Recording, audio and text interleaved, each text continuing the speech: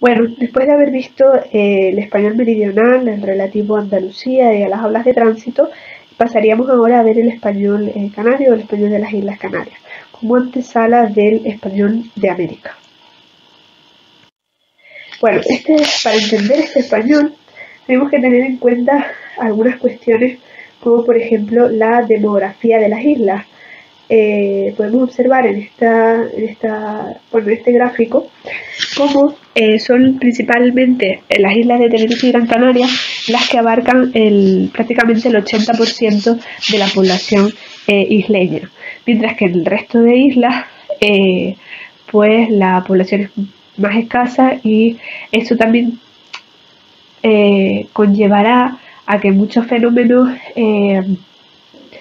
de innovación principalmente se desarrollen primero en los otros dos focos y luego lleguen a estas islas más periféricas o más pequeñas.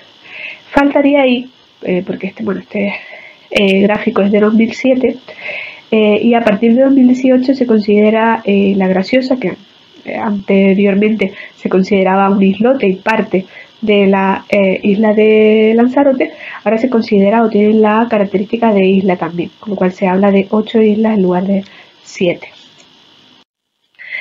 ¿Cuál es el origen de este español de Canarias?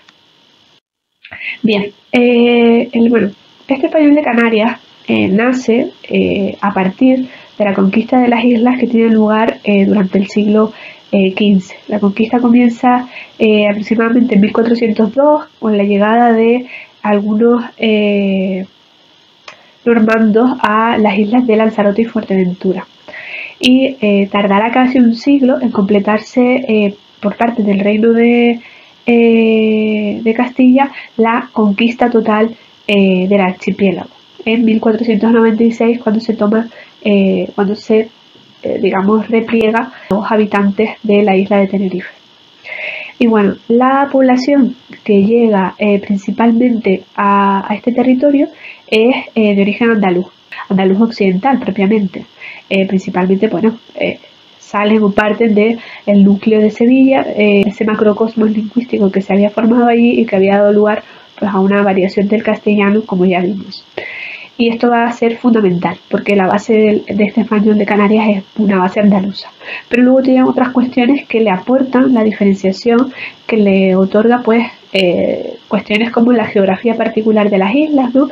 Ese hecho diferencial de que sea un territorio fragmentado y bueno, tan extendido, hasta 7 islas distintas, como ya saben, y de manera desigual repartida en cuanto a la población, bueno, el espacio también y los recursos, además de la comunicación entre ellas.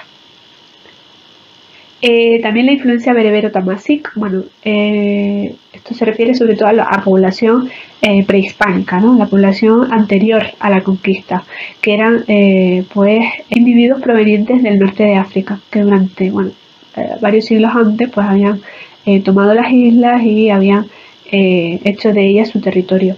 Normalmente se habla de los guanches o incluso de la lengua guanche como referencia a ese berebero tamazic anterior, aunque realmente guanche era la denominación que se daba a los habitantes de la isla de Tenerife exclusivamente, puesto que cada isla tenía su propia organización administrativa y territorial y recibían pues sus habitantes un gentilicio distinto.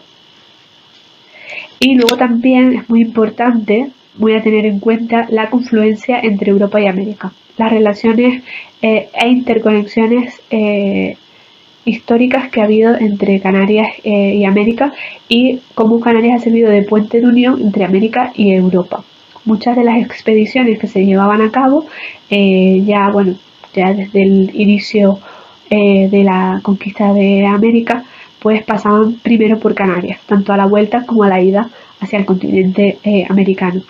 Y además, también por cuestiones de migración, sobre todo durante el siglo XIX y principios del siglo XX, gran parte de una parte de la población canaria emigró a América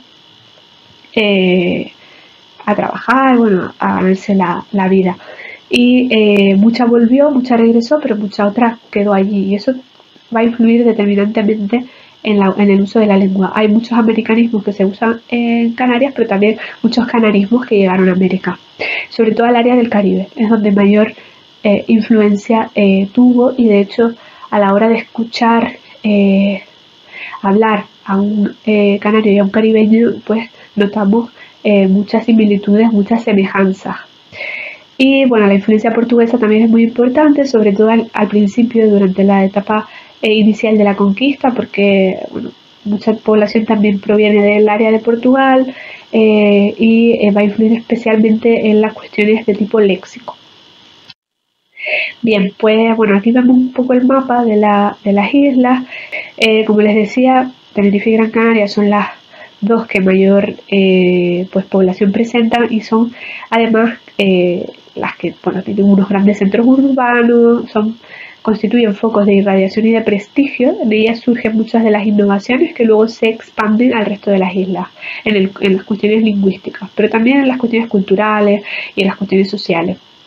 Y de hecho, bueno, el resto de islas pues irá recibiendo poco a poco esos cambios, y podemos encontrar dentro de esta comunidad o de esta zona que se considera innovadora dentro de las áreas del español, un foco y conservador, como es por ejemplo la Isla del Hierro, y luego veremos por qué. Que bueno, a algunos les sonará por la serie de Movistar, que está muy de moda, que se llama también Hierro y que tiene lugar en la isla. Bueno, ¿cuáles son los rasgos del español canario? Bien, en cuanto a la fonética y el vocalismo en concreto, podemos señalar la alternancia de las vocales cuando están en sílaba átona, formas como dispués en lugar de después o intierro en lugar de entierro. Vemos que en el primer caso hay una disimilación, ¿vale? Porque hay dos E y bueno, una se convierte en una I, mientras que en el segundo hay una asimilación. Hay una E y una I, y una de ellas influye en que la otra también se convierta en una I.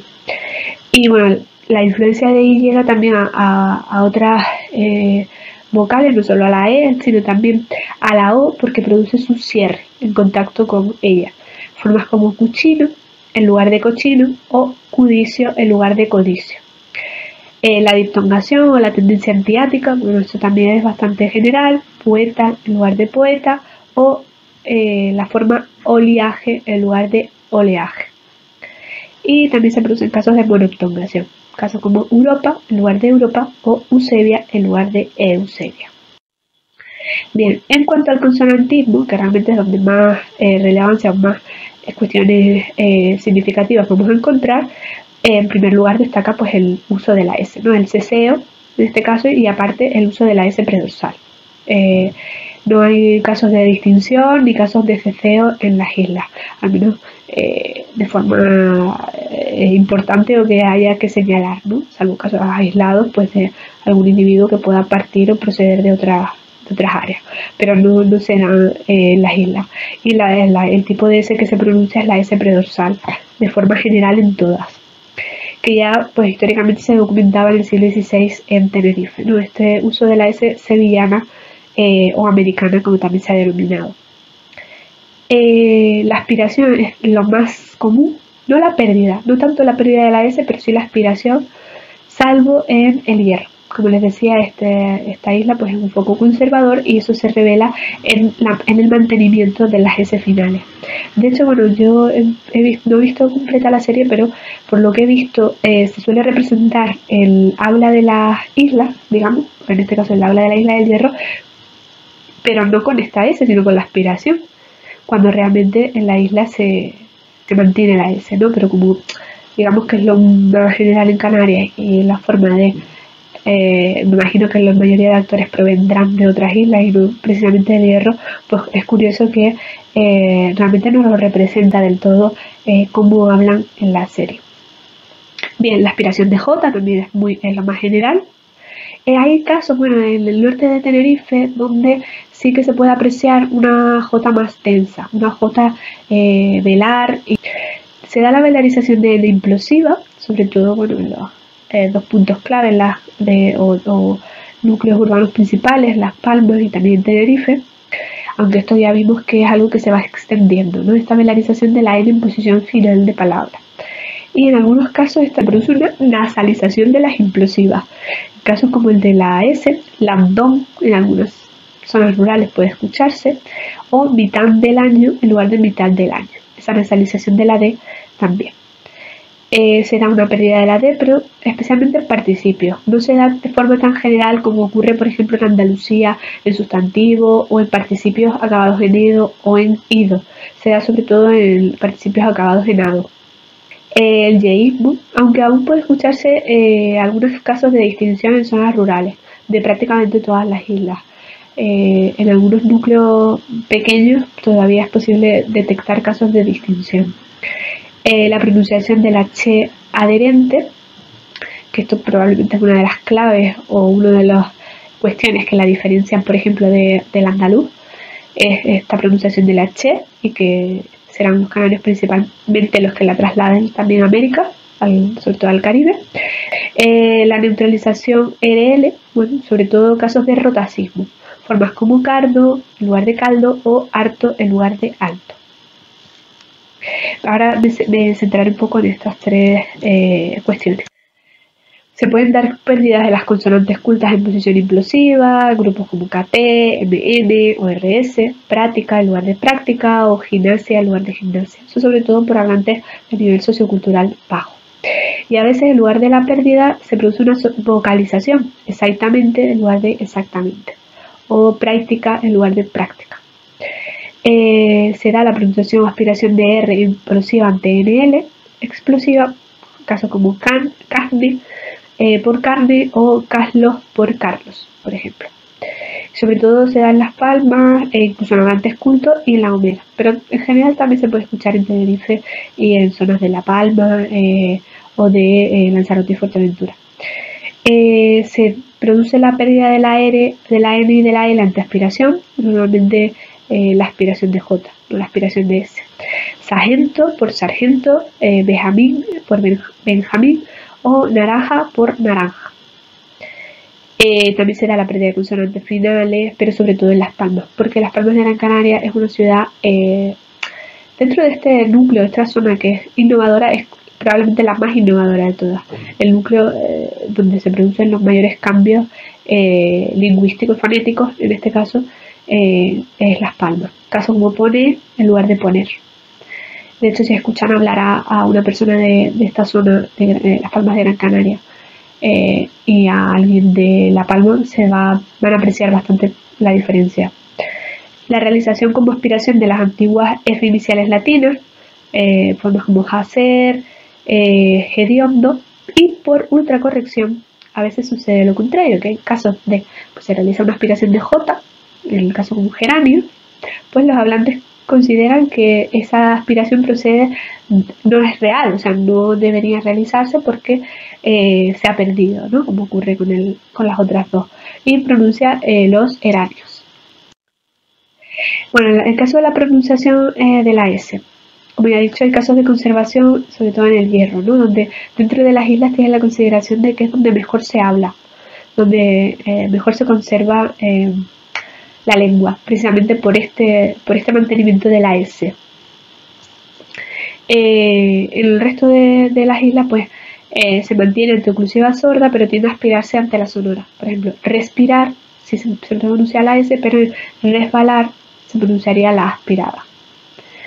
O la aspiración por fonética sintáctica, ¿no? Cuando el artículo va seguido de un sustantivo con vocal tónica, por ejemplo, en los árboles, pues puede pronunciarse los árboles, que esa S pase a la sílaba siguiente, o en las aguas, las aguas.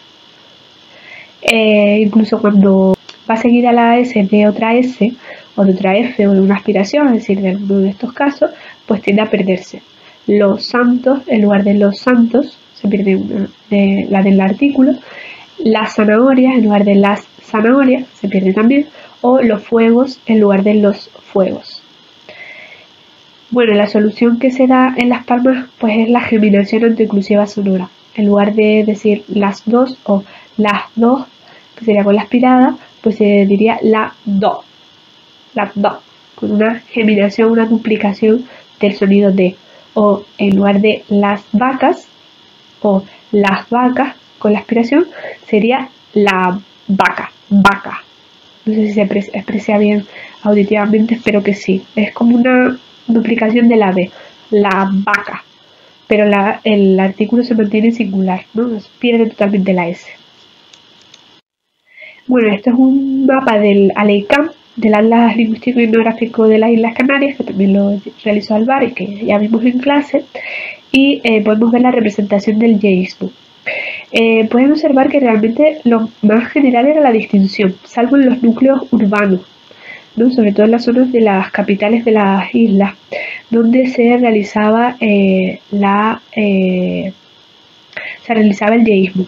Pero este mapa pues ya tiene más de 40 años y si lo actualizáramos a cómo se realiza hoy en día, pues yo estoy segura de que los casos de distinción serían mínimos, la verdad, serían muy pocos. Porque además las comunicaciones en las islas también han mejorado mucho y eso influye también en que un fenómeno que está en auge, que se está extendiendo, pues se desarrolle de manera más precisa.